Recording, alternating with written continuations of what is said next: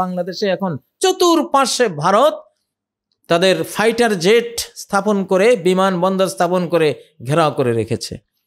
তাদের হাওয়াই জাহাজ, তাদের ক্ষেপণাস্ত্র ইউনিট আমাদের রেঞ্জের মধ্যে তারা স্থাপন করে রেখেছে।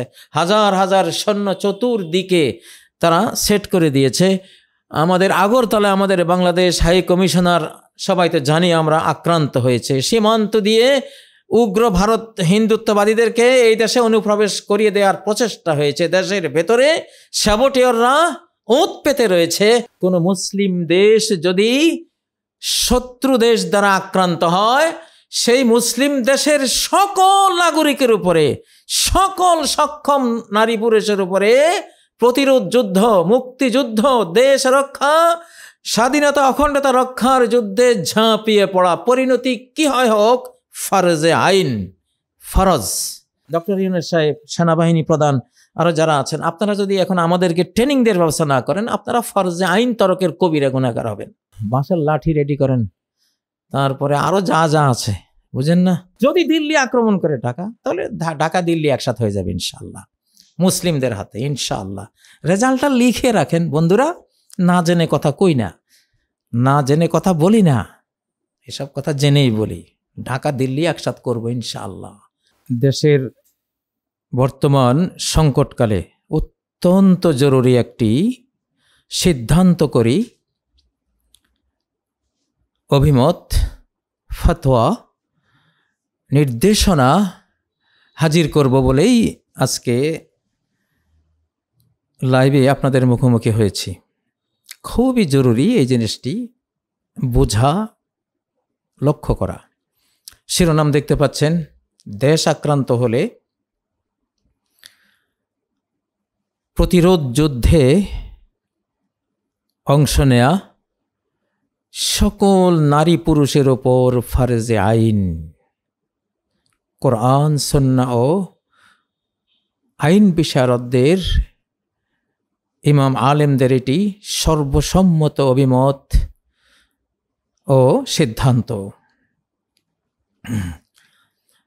মানে বাংলাদেশের সীমান্ত যদি আক্রান্ত হয়, তাহলে জনসংখ্যা 18 কোটি হোক, 25 কোটি হোক, 30 কোটি হোক, সক্ষম সকল পুরুষ, সক্ষম সকল নারী, এমনকি যারা এখনো সাবালক হয়নি কিন্তু যুদ্ধ করার ক্ষমতা আছে, 10-12 বছর বয়স বা একটু কম বেশ, কিন্তু শারীরিক সক্ষমতা হয়েছে, তার উপরও এই যুদ্ধে যাওয়া তখন বিধানগতভাবে জরুরি হয়ে যায়। বালেগদের উপরে ফরজে আইন। ফরজে আইন মানে সুনির্দিষ্টভাবে প্রতিটি মানুষের উপরে ফরজ। সালাত যেমন ফরজে আইন, সবার উপরে ফরজ, নারী হোক পুরুষ হোক, তার ফরজের সময় হলে, বয়স হলে ফরজে আইন। এই যুদ্ধটিও সেরকম একটি ফরজে আইন। দেশ রক্ষা, নিজের মাতৃভূমি রক্ষা, নিজের স্বাধীনতা, দেশের স্বাধীনতা, অখণ্ডতা রক্ষা,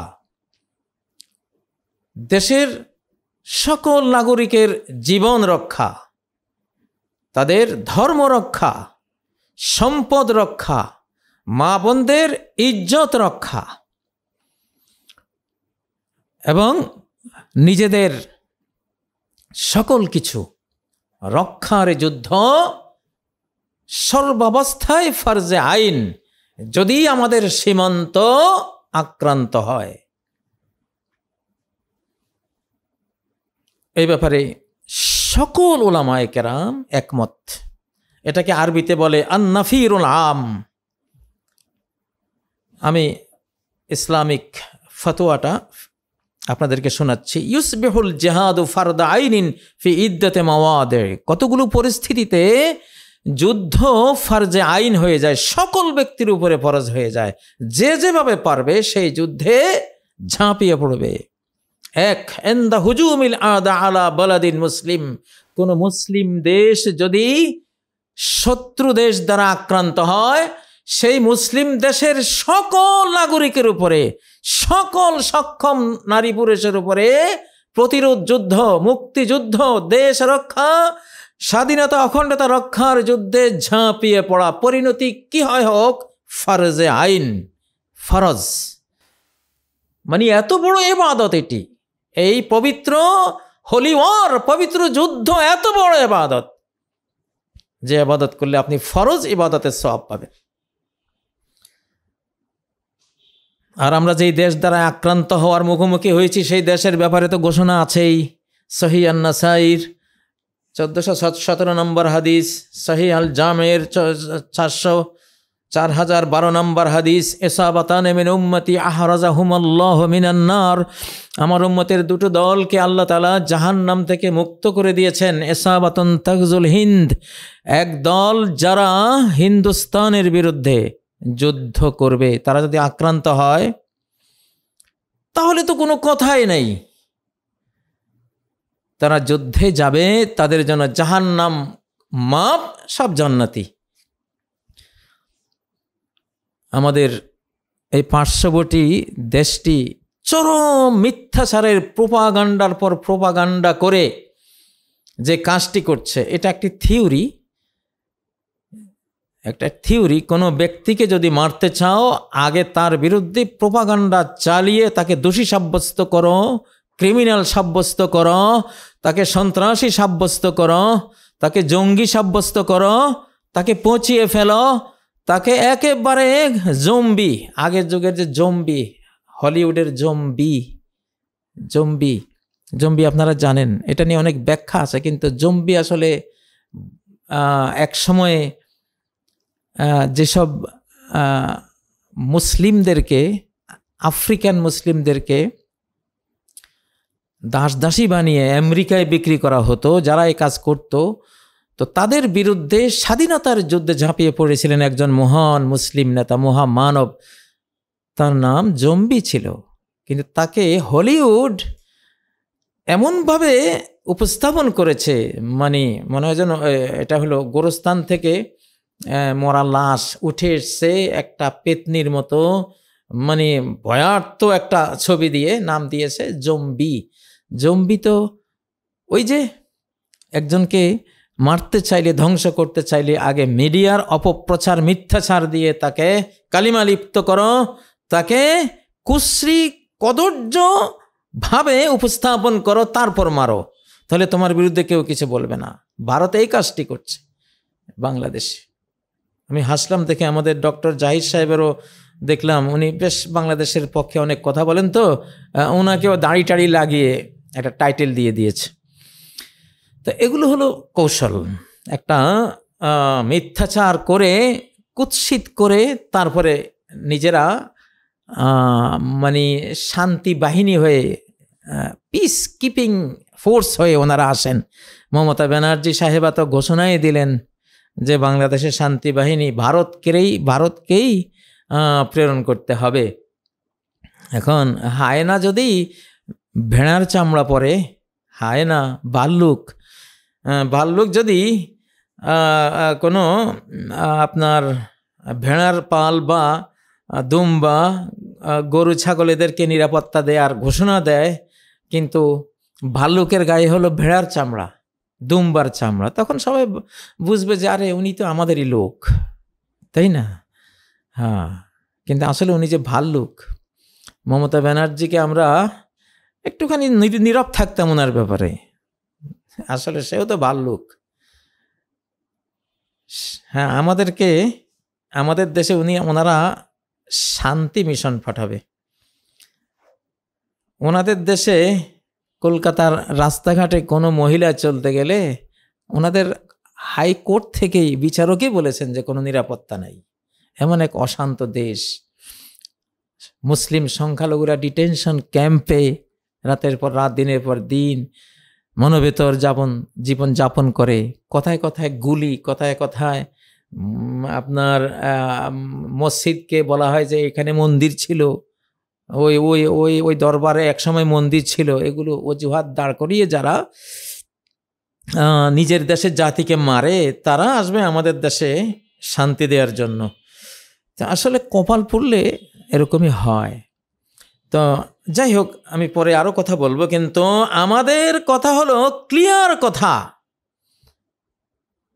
যখন নবীজির মদিনা আক্রান্ত হয়েছিল আহজাব যুদ্ধে, তিনি কাউকে পারমিশন দেননি যুদ্ধের বাইরে থাকার, কেউ না, সবাই যুদ্ধে যেতে হবে। এটা নাফিরে আম বলা হয় এটাকে, জনযুদ্ধ, জনযুদ্ধের ডাক। এটা ইমাম দিবেন, ডক্টর ইউনুস দিবেন। দেশ আক্রান্ত হওয়ার পরিস্থিতি হয়ে গেছে, জনযুদ্ধের ডাক এখনই দিতে হবে। প্রস্তুত সবাই, ডেথ ফোর্স, মৃত্যু সৈনিক তৈরি করে দিতে হবে। আমরা ধর্মীয় অঙ্গন থেকে আমরা কোরআন সুন্নাহ দিয়ে আমরা অলরেডি ঘোষণা দিয়ে দিলাম। এই পরিস্থিতিতে আপনি নাফিরে আম করবেন, জনযুদ্ধের ডাক দিবেন, দেশ রক্ষার জন্য, দেশের অখণ্ডতা রক্ষার জন্য। পরিস্থিতি অনেক আগে আমি আপনাদেরকে ভিডিওর মাধ্যমে বলেছিলাম যে মার্চ 2025-এর আগেই সকল সামরিক প্রস্তুতি বাংলাদেশকে সম্পন্ন করতে হবে। আবু হুরায়রার গোপন ব্যাগ থেকে এবং অতীতের মনীষীদের প্রেডিকশন থেকে, বর্তমান পরিবেশ পরিস্থিতি থেকে রেজাল্ট বের করে আপনাদেরকে আমি বহু আগে বলেছিলাম, আজও বলছি বন্ধুরা।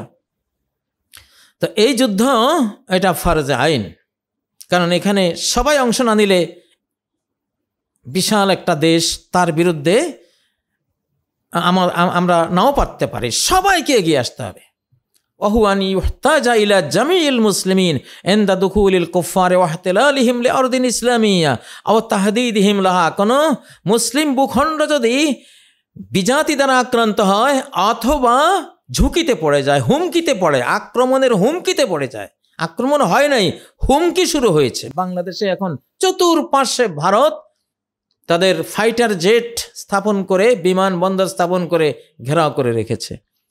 তাদের হাওয়াই জার, তাদের ক্ষেপণাস্ত্র ইউনিট আমাদের রেঞ্জের মধ্যে তারা স্থাপন করে রেখেছে।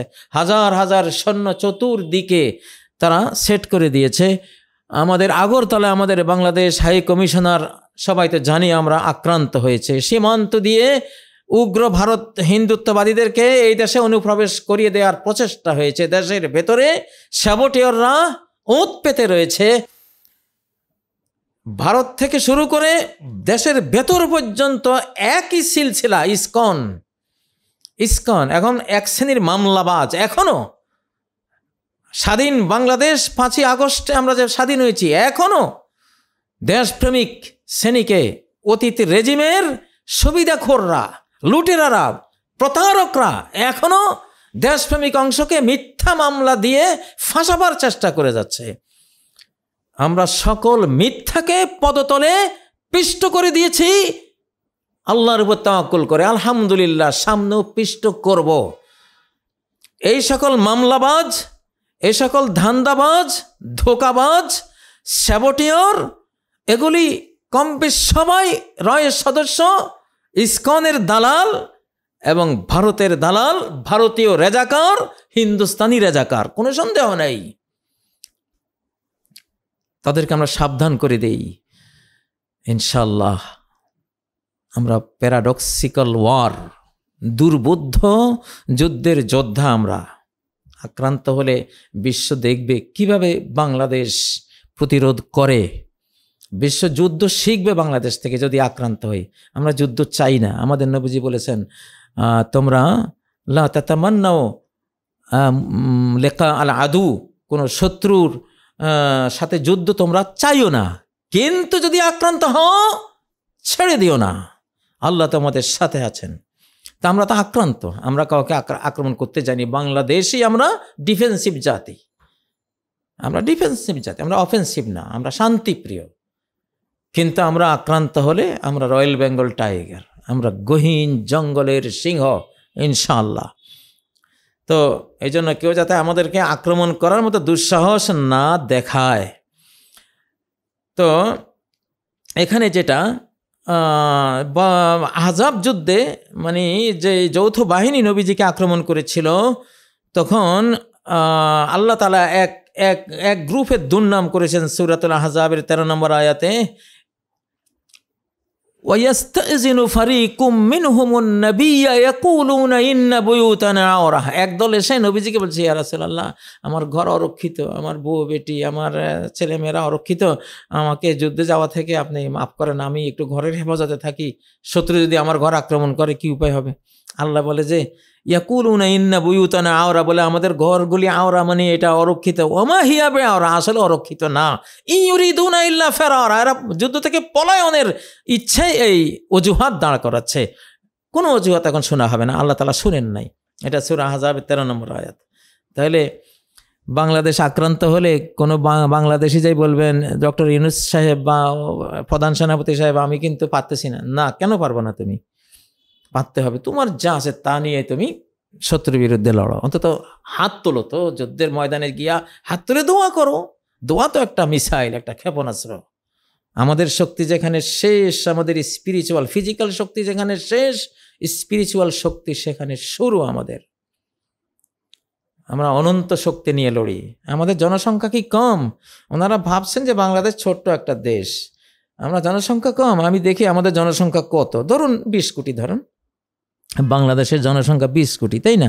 না, আল্লাহ তাআলা কি বলছেন সূরা আনফালের মধ্যে, ইয়াকুম মিনকুম 20 সাবিরুনা ইয়াগলিবু মিআতাইন, তোমাদের মধ্যে যদি শুধু 20 জন অটল অবিচল নির্ভীক সৈন্য থাকে, ইয়াগলিবু মিআতাইন, 200 বেঈমান সৈন্যকে পরাস্ত করতে পারবে। 20 জন 200 জনকে, তার মানে কি 20 জন 200 মানে কি একজন 10 জনকে হারাতে পারবে। একজন সমান 10 জন। আমরা তো বাংলাদেশ আক্রান্ত হলে আমরা একজন 10 জনে হব। তাহলে ধরেন 20 কোটিতে 10 গুণ দেন, কত? 200 কোটি। বাংলাদেশের জনসংখ্যা কোয়ান্টিটিতে যদি 20 কোটি হয়, কোয়ালিটিতে 200 কোটি। 200 কোটি।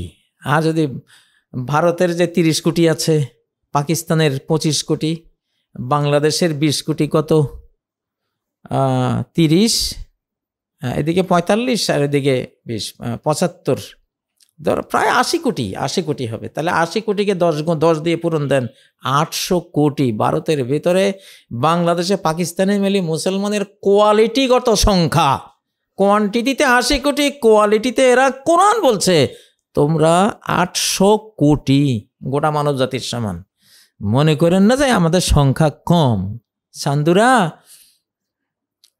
মুসলিম কখনো যুদ্ধে হারে না। মুসলিম যদি যুদ্ধে ঝাঁপায়, আক্রমণ করেন আর ঝাঁপিয়ে পড়ে, হেরে যাবে না, হেরে যাব না ইনশাআল্লাহ। কপাল ভুলবে না নিজের দেশের। আমরাই ভারত স্বাধীন করে দিয়েছিলাম মুসলিমদের 200 বছরের যুদ্ধে। আমাদের হিন্দু বন্ধুরা যখন কিনা ইংরেজদের তোয়াজ করতো, রবি ঠাকুর যখন ইংরেজদের কি জগৎ ভারত বিধাতা না জানি কি বলে ইংরেজদের তোয়াজ করতো, তখন আমাদের তিতুমির বাঁশের কিল্লা দিয়ে যুদ্ধের ডিক্লার দিয়েছে। আমরা যুদ্ধ করেছি, আমরা শিখিয়েছি। 750 বছর আমরা ভারত শাসন করে ইংরেজদের হাতে যখন দেশ চলে গেছে, ভারত চলে গেছে, আমরা 200 বছর লড়াই করে স্বাধীন করে আমরা পাকিস্তান নামে আলগা হয়েছি, বাকিটা হিন্দুদেরকে দিয়েছি। আমাদের শৌর্যবীর্যের কারণে তারাও সাহসী হয়ে অংশ নিয়েছিল।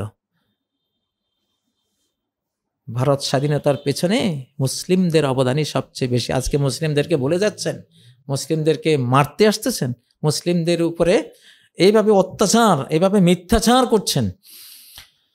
তো যেহেতু হাদিসে আছে, প্রেডিকশনে আছে আরেকবার মুসলিম শাসন আসবে ভারতে, আমার তো মনে হয় বাংলাদেশ আক্রমণ করলে ভারতে আবার মুসলিম শাসন, শাহানশাহ, রাজাদিরাজ দিয়ে দেবেন।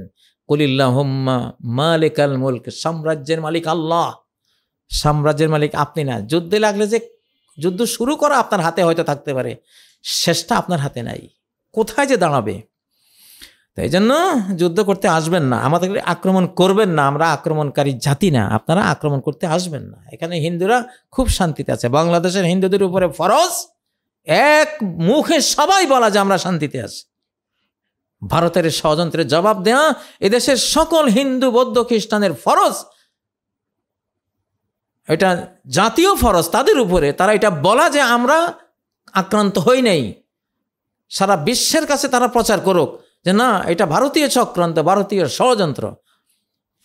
আপনাদের উপরও ফরজ। আমরা যদি আক্রান্ত হই তাহলে ভারতকে, আমি আবারও বলছি, ভারতের ব্যাপারে যুদ্ধ হবে সৃষ্টিকর্তার সাথে। আপনারা মূর্তি পূজা করেন, সৃষ্টিকর্তার জায়গায় 33 কোটি আল্লাহর দুশমন বসিয়েছেন। সকল নবীদের সাথে যুদ্ধ হয়েছে মূর্তি পূজারীদের। সেই নূহ আলাইহিস সালাম থেকে মুহাম্মদ সাল্লাল্লাহু আলাইহি ওয়াসাল্লাম পর্যন্ত যারা আল্লাহর সেজদা মূর্তিকে দিয়েছে, এদের সাথে সকল নবীদের যুদ্ধ, এবং সকল যুদ্ধের শেষ পরিণতি মূর্তি পূজারীরা হয় মাটির নিচে তলিয়ে গেছে, না হয় মহাসাগরে হারিয়ে গেছে, না হয় আকাশের স্টেরয়েড মিটিওর আক্রমণে ধুলায় মিশে গেছে। সকলদের আকিবাতুল মুত্তাকিন, শেষ পরিণতি সবসময় মুত্তাকি আল্লাহওয়ালারা পেয়েছে। এখনো পরিণতি সেটাই হবে। যুদ্ধ হবে ভারত বনাম বাংলাদেশ না, ভারত বনাম সৃষ্টিকর্তা আল্লাহ তাআলা। কারণ আমরা আল্লাহকে পূজা করি, আর আপনারা আল্লাহর পূজার বিরোধী, এই জন্য আপনারা মুসলিমদেরকে আক্রমণ করেন। ওমা নাকামু মিনহুম ইল্লা আন ইউমিনু বিল্লাহিল আজিজিল হামিদ। মুসলিমদের দোষটা কি? দোষটা এটাই যে তারা চিরপ্রশংসিত মহাপরাক্রমশালী আল্লাহ ছাড়া কারোর সামনে সেজদা অবনত করে না। এটাই তো দোষ। তো তিনি তো দেখছেন, শাহানশাতে দেখছেন কি কারণে বাংলাদেশের আজকে দোষ। একটাই দোষ। আমাদেরকে আপনারা কত কিছুই বলেন, কত টাইটেল লাগান, একটাই দোষ, আমরা আল্লাহ পূজারী, আপনারা মূর্তি পূজারী। যুদ্ধ হবে মূর্তি পূজারী বনাম সৃষ্টিকর্তা আল্লাহ। আর আমরা সৃষ্টিকর্তার পক্ষে আছি, আমরা সৃষ্টিকর্তার পক্ষে আছি। কিন্তু আমরা আপনাদেরকে আক্রমণ করতে যাব না। আপনারা আক্রমণ করলে প্রবল বিক্রমে এক একজন, কেউ চেঙ্গিস খান হব, কেউ হালাকু খান হব, কেউ আলেকজান্ডার দ্য গ্রেট হব, কেউ সুলতান সুলেমান হব। হ্যাঁ, এমন ইতিহাস গড়ব, মানুষ হয়তো চেঙ্গিস খান হালাকু খানের ইতিহাস ভুলে বাংলাদেশের ইতিহাস পড়বে, যে এমন বীরত্ব বাংলাদেশে আছে এটা পৃথিবীর মানুষ জানতো না। সেই বীরত্ব দেখবেন ইনশাআল্লাহ। ফেরেশতারা নেমে গেছে আলহামদুলিল্লাহ, আমি জানি। একটা আয়াত এখন অবচেতন মনে বারবার মুখ দিয়ে আসে। এই আয়াতটা হলো সূরা হিজরের আয়াত। তা এই আয়াতটা কেন মুখ দিয়ে আসে আমি এটা আইডিয়া করি যে আমার অ্যাঞ্জেল ফোর্স, ফেরেশতা বাহিনী নেমে গেছে অলরেডি, ওরা পাহারায় আছে। ফেরেশতা বাহিনী চিনেন তো, এক জিব্রাইলের 600 পাখা আছে, একটা দিয়েই কমে লুতের ওই 75 কিলোমিটার লম্বা 5 কিলোমিটার চৌড়া পুরা ভূমিকে আকাশে তুলে উল্টিয়ে এভাবে ছেড়ে দিয়েছিল। সেই অ্যাঞ্জেলরা নেমে গেছে অলরেডি। যে আয়াতটা আমি পড়ি এখন, আমার স্বপনে জাগরণে পড়ি, সেই আয়াতটা হলো মা নুনাজ্জিলুল মালাইকাতা ইল্লা বিল হাক্কি ওয়া মা কানু ইযাম মুনযারিন। আমি যখন ফেরেশতা অবতীর্ণ করি তখন একটা বাস্তব সত্য কমান্ড নিয়ে আমি নাজিল করি, ধ্বংসের কমান্ড নিয়ে, ধ্বংসের নির্দেশ দিয়ে আমি মালাইকা সেন্ড ডাউন করে, ফেরেশতা সেন্ড ডাউন করে দেই। ওমা কানু ইযাম মুনযারিন, শত্রুরা তখন আর কোনো অবকাশ প্রাপ্ত হয় না, সময় নাই, টাইম শেষ, এমন অবস্থা হয়ে যায়। তো অলরেডি ফেরেশতা ফোর্স রেডি আছে, আপনারা আসলে মেহমানদারিটা ওনারা শুরু করবেন ইনশাল্লাহ, আমাদের আগে ওনারা শুরু করবেন। তো এখন আমাদের এই দেশের মানুষদের কথা হলো, এই দেশের সবার উপরে, সকল নারী সকল পুরুষের উপরে প্রতিরোধ যুদ্ধ ফরজে আইন। وَإِذَا كَانُوا مَعَهُ عَلَى أَمْرٍ جَامِعٍ لَمْ يَذْهَبُوا حَتَّى يَسْتَأْذِنُوهُ। নবী আল্লাহ তাআলা বলছেন, যখন মুমিনরা কোনো জাতীয় যুদ্ধে, জাতীয় বিষয়ে রাষ্ট্র সরকারের সাথে থাকবে, তখনকার নবীজি ছিলেন রাষ্ট্রপতি, রাষ্ট্রপতির সাথে থাকবে, লাম ইয়াযহাবু হাত্তা ইয়াস্তাযিনু, রাষ্ট্রপতির অনুমোদন ছাড়া, তৎকালীন যিনি রাষ্ট্রপতি নবীজি, তার অনুমোদন ছাড়া তারা কোথাও যেতেও পারবে না, অনুমতি লাগবে। এটা ঈমানের বিষয়, জান্নাত জাহান্নামের বিষয় এটা। অতএব কোনো অবহেলার সুযোগ নেই, যুদ্ধ ফরজ। এই জন্য ট্রেনিং শুরু করে দেন, ঘন্টার পর ঘন্টা সাঁতার কাটেন, দৌড়ান, 2, 4, 5, 10 ঘন্টা করে দৌড়ান, লেফট রাইট করেন, লাঠি খেলা, কারাতে, এগুলি শিখান। সরকারের উপরে এখন ফরজ হয়ে গেছে। হুমকি, আপনি আক্রান্ত হলে কখন রেডি হবেন? আপনাকে তো এখনই প্রস্তুতি নিতে হবে, এটা ফরজ, এটা ফরজে আইন হয়ে গেছে। কারণ এখানে ইসলামী ফতোয়ায় দুইটাই আছে, দেশ আক্রান্ত হলেও ফরজ আইন, আক্রান্ত হয়নি কিন্তু হুমকি দামকি পরিস্থিতি শুরু হয়ে গেছে, তখন থেকে ফরজ আইন, এখন থেকে ফরজ আইন ট্রেনিং দেওয়া। যদি আপনারা ডক্টর ইউনূস সাহেব, সেনাবাহিনী প্রধান, আরো যারা আছেন, আপনারা যদি এখন আমাদেরকে ট্রেনিং দেওয়ার ব্যবস্থা না করেন, আপনারা ফরজে আইন তরকের কবিরা গুনাহগার হবেন। আমাদেরকে ট্রেনিং দিলে কোনো লস আছে? বহু দেশ আছে সকল নাগরিকের উপরে ট্রেনিং রাষ্ট্রীয়ভাবে ফরজ করে রেখেছে, বাংলাদেশ এখন সেই অবস্থানে। অতএব ট্রেনিং দেন, জাতিকে রেডি করেন, শারীরিক ফিটনেস ইনশাল্লাহ। আমাদের এক একজন সেনাবাহিনীর পিছনে আমরা লাখ লাখ জনগণ আমরা রেডি। আপনারা জনগণের গভীরতায় আশ্রয় নেবেন ইনশাল্লাহ। সেনাবাহিনীর কোনো ভয় নেই, আমাদের সেনাবাহিনী। আমি আপনাদেরকে 8:17 কথা বলেছি, যখন মারবেন তখন 8 নম্বর সূরা আনফালের 17 নম্বর আয়াত পড়ে শুরু করবেন। ওমা রমাইতা ইজ রমাইতা ওয়ালা কিন্নাল্লাহ রামা। তুমি যখন নিক্ষেপ করেছিলে, তুমি তো নিক্ষেপ করেছিলে না, আল্লাহ নিজে নিক্ষেপ করেছেন। আপনি যখন এই আয়াত পড়ে নিক্ষেপ করবেন, নিক্ষেপের শক্তিটা তখন আল্লাহ থেকে সাপ্লাই হয়ে যাবে। আর হলো যারা যুদ্ধের ময়দানে যাবেন, আপনাদেরকে 36 নম্বর সূরা ইয়াসিনের 9 ভার্স, 9টি আয়াত, 1 থেকে 9 নম্বর আয়াত পর্যন্ত পড়তে বলছি। এটা পড়লে এটা জ্যামিং আপনি করে দিলেন, আপনাকে দেখবে না। শত্রুর কোনো মানে ভীষণ দিয়ে, কোনো দেখার যন্ত্র দিয়ে শত্রু আপনাকে দেখবে না। আউযু বিল্লাহি মিনাশ শাইতানির রাজীম, বিসমিল্লাহির রহমানির রহিম। ياسين والقرآن الحكيم إنك لمن المرسلين على صراط مستقيم تنزيل العزيز الرحيم لتنذر قوما ما أنذر آباؤهم فهم غافلون لقد حق القول على أكثرهم فهم لا يؤمنون في أعناقهم أغلالا فهي إلى الأذقان فهم مقمحون وجعلنا من بين أيديهم سدا ومن خلفهم سدا فأغشيناهم فهم لا يبصرون। এই 9টি আয়াত পড়বেন সকল সৈনিক, আমাদের সেনাবাহিনীর, আমাদের শ্রদ্ধা, আমাদের যারা মুরব্বী তাদেরকে শ্রদ্ধা জানাই, যারা ছোট আছো তোমাদেরকে স্নেহ জানাই। এই 9টা আয়াত পড়বা, মুখস্থ করি নাও। এই 9টি আয়াত পড়লে তোমাকে কোনো শত্রু দেখতেই পাবে না, জ্যামিং হয়ে গেল।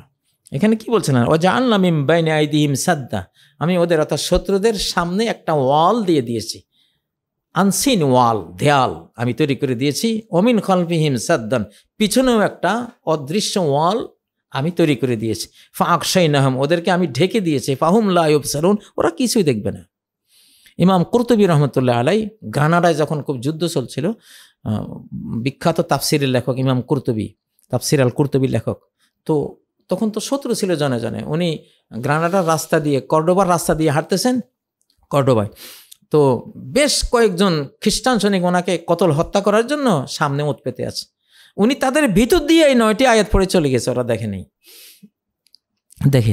তো এই আয়াতটি, এই 9টি আয়াত পড়বেন। আর আরেকটি আপনাদেরকে জ্যামিং তৈরি করার বা অদৃশ্য হয়ে যাওয়ার আয়াত দিচ্ছি। কোন সূরা? সূরা বনী ইসরাইল। হ্যাঁ, সূরা বনী ইসরাইলের আরেকটা আয়াত দিচ্ছি। এই আয়াত পড়েও আপনারা আমাদের সৈন্যবাহিনী আপনারা জ্যামিং তৈরি করতে পারবেন। বিশ্বাস করেন, একিনে দরিয়া পার।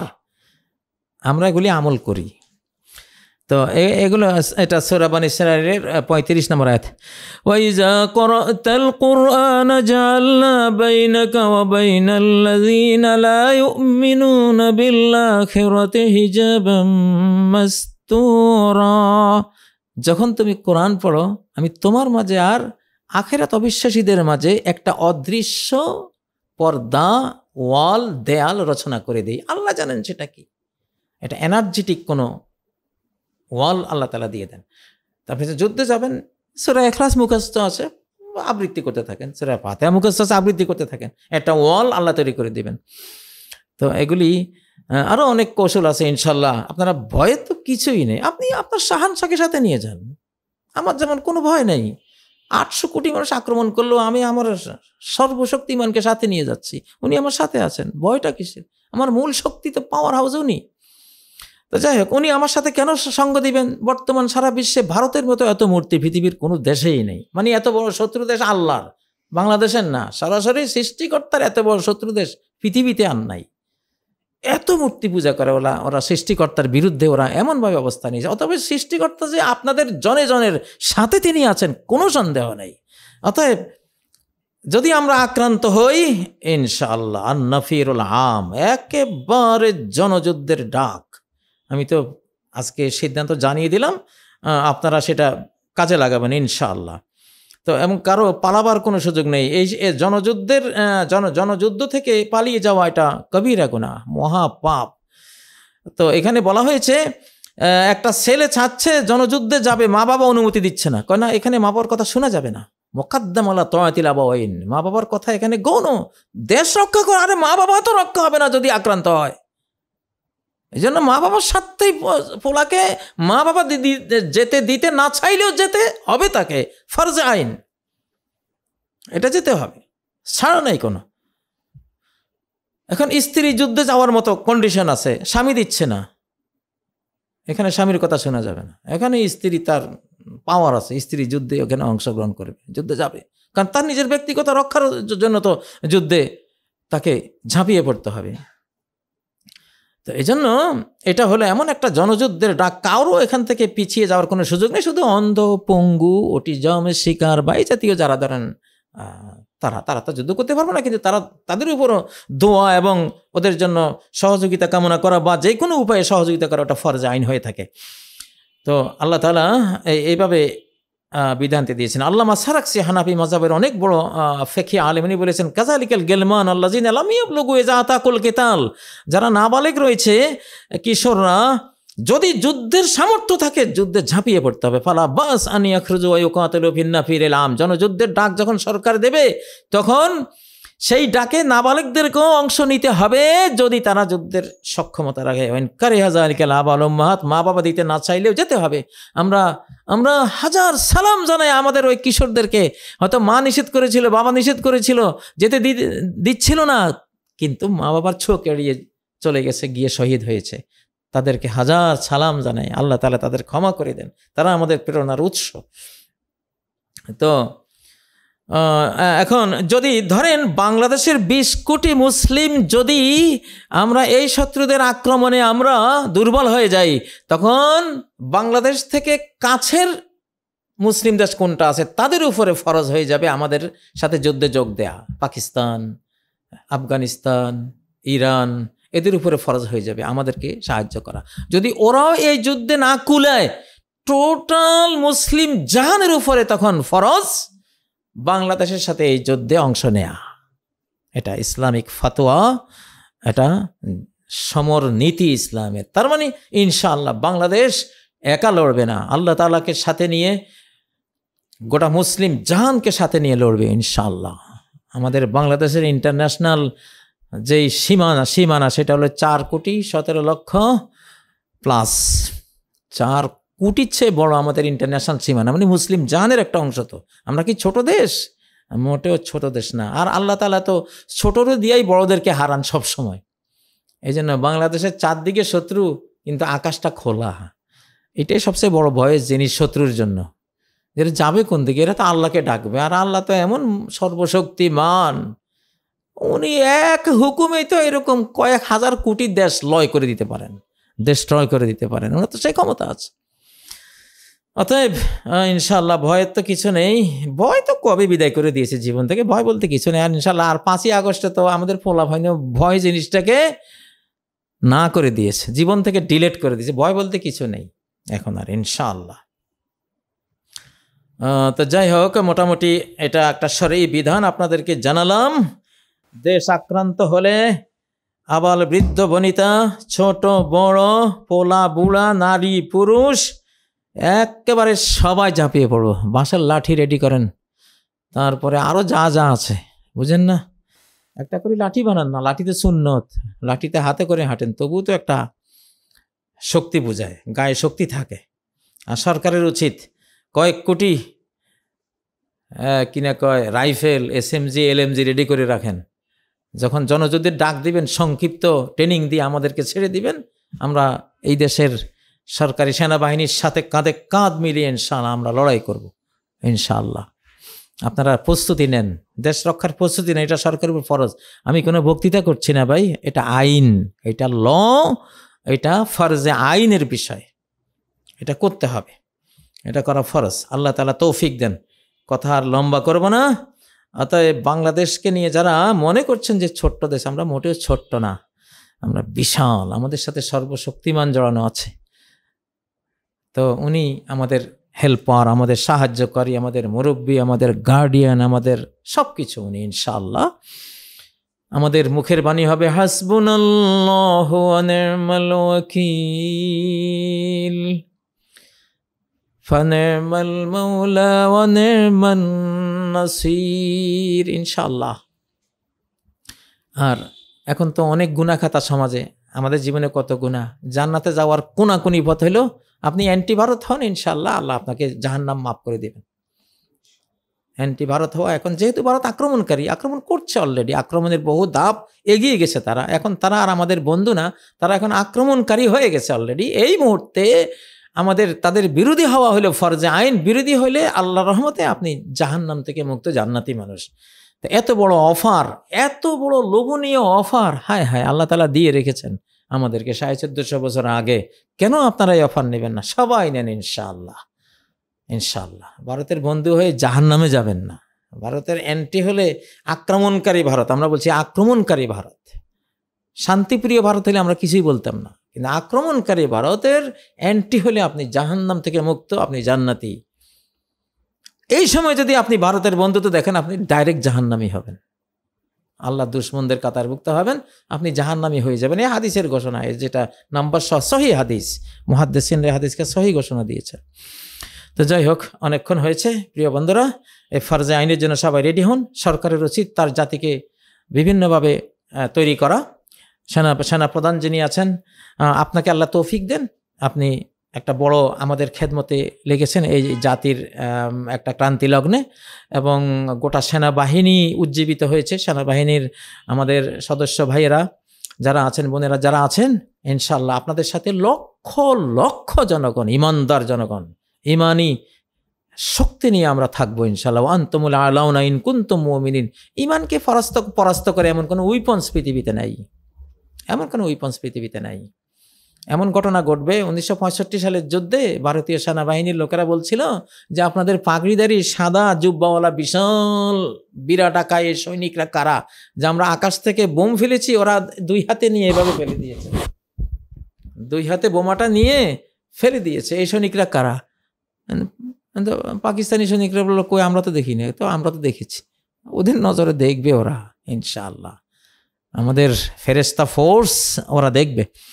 ফেদায়ে বদর पैदा कर फरिश्ते तेरे नुसरत को उतर सकते हैं गर्दों से कतार अंदर कतार अब भी। তুমি বদর যুদ্ধের মতো মহানবীজি আক্রান্ত হয়ে তিনি যেমন বদর যুদ্ধ প্রতিরোধ যুদ্ধ করেছিলেন, সেরকম একটা অবস্থা নিজের মধ্যে তৈরি করো, সেরকম আল্লাহওয়ালা হও, দেখবা সারি সারি ফেরেশতা, সহস্র সহস্র আল্লাহর অকল্পনীয় শক্তির অধিকারী ফেরেশতারা তোমার সাহায্যে নেমে যাবে ইনশাআল্লাহ, আল্লাহর হুকুমে। আল্লাহ তাআলার সাথে থাকবেন। তো আল্লাহ আমাদের বাংলাদেশকে হেফাজত করুন। ডক্টর ইউনূস সাহেব আমাদের সেনাবাহিনী প্রধান, আমাদের এই বাংলাদেশের প্রতিটি দেশপ্রেমিক নাগরিককে যুদ্ধের জন্য প্রস্তুত হওয়ার তৌফিক দিন। বিশেষ করে যারা হিন্দু, বৌদ্ধ, খ্রিস্টান আছেন, শত লক্ষ মুখে আপনারা প্রচার শুরু করে দেন আমরা শান্তিতে আছি। আমি কিছুদিন আগে ভিডিওতে বলেছিলাম, আল জাজিরার রিপোর্ট, আফগানিস্তানে যত হিন্দুরা আছে সবাই বলেছে আমরা শান্তিতে আছি। মুসলিম দেশে মুসলিমরা কখনো কাউকে একটা পিঁপড়া মারতেও তারা চিন্তা করে, মুসলিমরা একটা পিঁপড়া মারতেও চিন্তা করে। একটা বিড়ালকে অন্যায়ভাবে হত্যা করা মুসলিম সমাজে কঠিনভাবে নিষিদ্ধ, নিষিদ্ধ। একটা প্রাণীকে না খাইয়ে কষ্ট দেয়া এটা নিষিদ্ধ ইসলামী আইনে। তো এটা সেই দেশ, আপনাদেরকে কেন কষ্ট দেবে? আপনারা আমাদের এই দেশেরই নাগরিক, মানব বন্ধু তবে আপনাদের বলতে হবে, আপনাদেরকে নাম বিক্রি করে তারা এই মুসলিম মানচিত্রে হিন্দু রাষ্ট্র বানাবার ঘোষণা দিচ্ছে। কশিন কালেও এটা হবে না। বরং আমি রেজাল্ট বলে দিয়েছি, ভারত যদি এই দেশ আক্রমণ করে, ভারত নিজেকে আর হিন্দুদের হাতে পাবে না। যুদ্ধ শেষে ভারত দেখবে দেশটা মুসলিমদের হাতে, ইনশাআল্লাহ। আমার আল্লাহর ঘোষণা আছে, যুদ্ধ শেষে দেখবেন দেশটা মুসলিমদের হাতে। আদালতে বলেছিলাম, জজ সাহেব, একজন হিন্দু জজ ছিল সেদিন আদালতে, আমি বলেছিলাম আমি কাজী ইব্রাহিম, আমার ব্লাড কিন্তু হযরত ইব্রাহিম আলাইহিস সালামের, আমার এই বংশে হযরত মুহাম্মদ সাল্লাল্লাহু আলাইহি ওয়াসাল্লাম এসেছেন। এই বংশের একটা বৈশিষ্ট্য আছে, আমি খড়কুটা হতে পারি, আমার কোনো ভ্যালু নাই, বাট আমার রক্তটা ওইটা। এই বংশ নমরুদের বিশ্ব সাম্রাজ্য খেয়েছে, এই বংশ ফেরাউনের সাম্রাজ্য খেয়েছে মুসা আলাইহিস সালামের মাধ্যমে, উনিও ইব্রাহিম বংশের মানুষ। এই বংশ মুহাম্মদ সাল্লাল্লাহু আলাইহি সাল্লামের মাধ্যমে রোমান সাম্রাজ্য, পারস্য সাম্রাজ্য খেয়েছে। আর আমি আদালতে সেদিন বলেছিলাম যে আমি কাজী ইব্রাহিম, আমিও সেই লতা, আমার তো সেই রক্তটা আমার দেহে আছে। আমি আশা করি আমি ঢাকা, দিল্লি আল্লাহর কাছে একসাথে পাবো, আল্লাহ আমাকে দেবেন। আমি সেদিন আশা করেছিলাম আমার স্রষ্টার কাছে, তো ঢাকা তো তিনি দিয়ে দিয়েছেন আলহামদুলিল্লাহ। এখন দিল্লির আমাদের দিক থেকে দিল্লির কোনো ভয় নেই, আমরা কখনো দিল্লি আক্রমণ করতে যাব না, আমরা যাই না, এটা আমাদের অভ্যাস, আমাদের আমরা এবিলিটিও নাই, আমরা সেটা চিন্তাও করি না। বাট যদি দিল্লি আক্রমণ করে ঢাকা, তাহলে ঢাকা দিল্লি একসাথে হয়ে যাবে ইনশাআল্লাহ মুসলিমদের হাতে, ইনশাআল্লাহ। রেজাল্টটা লিখে রাখেন বন্ধুরা, না জেনে কথা কই না, না জেনে কথা বলি না, এসব কথা জেনেই বলি। ঢাকা দিল্লি একসাথ করবো ইনশাআল্লাহ। আল্লাহ তুমি তো জানো বন্ধু, চিরবন্ধু, আমার বাল্যকালে আমি আমার স্রষ্টাকে বন্ধু বানিয়ে রেখেছি। সহজে আমার কোনো কথা উনি ফেলেন না, আমার মুখ দিয়ে বের হয় একটা কথা, আমার সেই বাল্যকাল থেকে বন্ধু জেনেই আমার সৃষ্টিকর্তা, তিনি ফেলেন না। বেশি কথা বলবো না, ঘটনা এইটা ঘটবে। অতএব ভাই, আপনারা ভারত সীমান্তে থাকেন, বাংলাদেশের দিক থেকে আপনাদের কোনো ভয় নেই। আমি আগেও বলেছি, হালাকুল হিন্দে মিনাস চীন, ভারত যদি ধ্বংস হয় চীনের দ্বারাই হবে। সে অ্যাবিলিটি চীনের আছে, সে প্রযুক্তি তাদের আছে। বাংলাদেশে আক্রমণ করলে দেখবেন যে চীনে কবে এই তো মহা সুযোগ, লরে যাবেনটা কই তখন। তো যাই হোক, আপনারা আমাদেরকে নিয়ে আমাদেরকে দোষারোপ করেন না, আমরা দোষী না, আমরা বাঙালিরা ওরকম না, আমরা অতিথিপরায়ণ, আবেগী জাতি, শান্তিপ্রিয় জাতি, আমরা ডিফেন্সিভ জাতি, আমরা কখনো অফেন্সিভ জাতি না। আপনারা অযথাই আক্রমণ করে নিজেদের সর্বনাশ করবেন না। আমাদের সাথে আমরা স্রষ্টাকে সাথে নিয়ে চলি, আরও তো তখন আরো মানে সিরিয়াসভাবে আমরা সর্বশক্তিমানকে সাথে আমরা পাবো এবং নেব ইনশাআল্লাহ। কারণ আমাদের কোনো দিকে যাওয়ার রাস্তা নাই, ওনার দিকে যাওয়ার রাস্তাটা খোলা, আকাশের দিকে। কি ভয়ঙ্কর মানচিত্র না, একটা দেশ চারদিক শত্রু, খোলা না, শুধু উপরের দিকে খোলা। জ্ঞান থাকলে এই চিত্রটা দেখলে তো আপনার ভয় থাকা উচিত যে না, এই দেশে আক্রমণ করা যাবে না, এই দেশের মানুষ কোনো দিকে মন যাবে না আল্লাহ ছাড়া, যাওয়ার রাস্তাই তো নাই, শুধু উপরের দিকে যাবে। আল্লাহু আকবার, সিজদায়, তাহাজ্জুদে, আহাজারি, দিলের আহাজারি। সৃষ্টিকর্তা যে কিভাবে সাহায্যের মানে আষাঢ়ে বানের মতন ডাক শুরু হয়ে যাবে সাহায্যের, মাতিয়া ছুটিয়া চলে ধারা খরতর, এই অবস্থা হয়ে যাবে ইনশাআল্লাহ। তো এখানে শেষ করলাম। সুবহানাকাল্লাহুম্মা বিহামদিকা আশহাদু আল্লা ইলাহা ইল্লা আনতা আস্তাগফিরুকা ওয়া আতুবু ইলাইক। আসসালামু আলাইকুম ওয়া রাহমাতুল্লাহি ওয়া বারাকাতুহু।